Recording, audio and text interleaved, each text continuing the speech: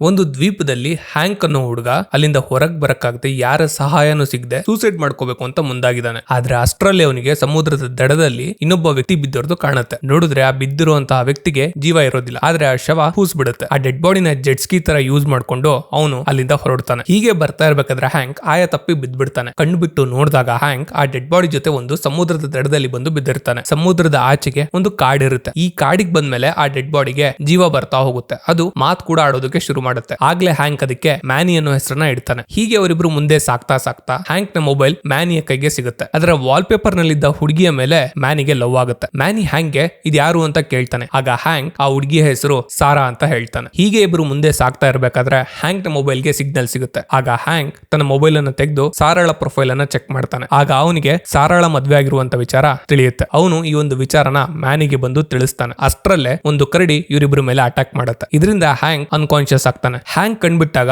ಅವನು ಮತ್ತೆ Manny ಸಾರಾಳ garden ಅಲ್ಲಿ ಇರ್ತಾರೆ. ಸಾರಾಳಿಗೆ ಹ್ಯಾಂಕ್ ಯಾರು ಅನ್ನೋದೇ ಗೊತ್ತಿರೋದಿಲ್ಲ. ಯಾಕಂದ್ರೆ ಹ್ಯಾಂಕ್ ಯಾವತ್ತೂ ಧೈರ್ಯ ಮಾಡಿ ಸಾರಾಳನ್ನ ಮಾತಾಡಿಸೋ ಪ್ರಯತ್ನ ಕೂಡ ಮಾಡಿರೋದಿಲ್ಲ. ಹಾಗಾಗಿ ಹ್ಯಾಂಕ್ ಸಾರಾಳಿಗೆ ನಾನು ಮತ್ತೆ ನನ್ನ ಫ್ರೆಂಡ್ ಮ್ಯಾನಿ ಕಾಡ್ನಲ್ಲಿ ತಪ್ಪಿಸ್ಕೊಂಡಿದ್ವಿ, ದಯವಿಟ್ಟು ನಮಗೆ ಸಹಾಯ ಮಾಡಿ ಅಂತ ಕೇಳ್ಕೊಳ್ತಾನೆ. ಅಷ್ಟರಲ್ಲಿ ಮ್ಯಾನಿಯ ಜೀವ ಮತ್ತೆ ಹೊರಟೋಗುತ್ತೆ. ಆದ್ರೆ ಹ್ಯಾಂಕ್ ಅವನು ಮ್ಯಾನಿಯ ಬಾಡಿನ ಎತ್ಕೊಂಡು ಮತ್ತೆ ಆ ಕಾಡ್ ಒಳಗೆ ಓಡೋಗ್ತಾನೆ. ಹ್ಯಾಂಕ್ ನ ಹಿಂಬಾಲಿಸ್ಕೊಂಡು ಅಲ್ಲಿ ಇದ್ದವರೆಲ್ಲ ಓಡ್ ಬರ್ತಾರೆ. ಹಾಗೆ ಇವರೆಲ್ಲ ಸಮುದ್ರದ ದಡಕ್ಕೆ ಬಂದಾಗ ಅಲ್ಲಿ ಮ್ಯಾನಿಗೆ ಮತ್ತೆ ಜೀವ ಬರುತ್ತೆ.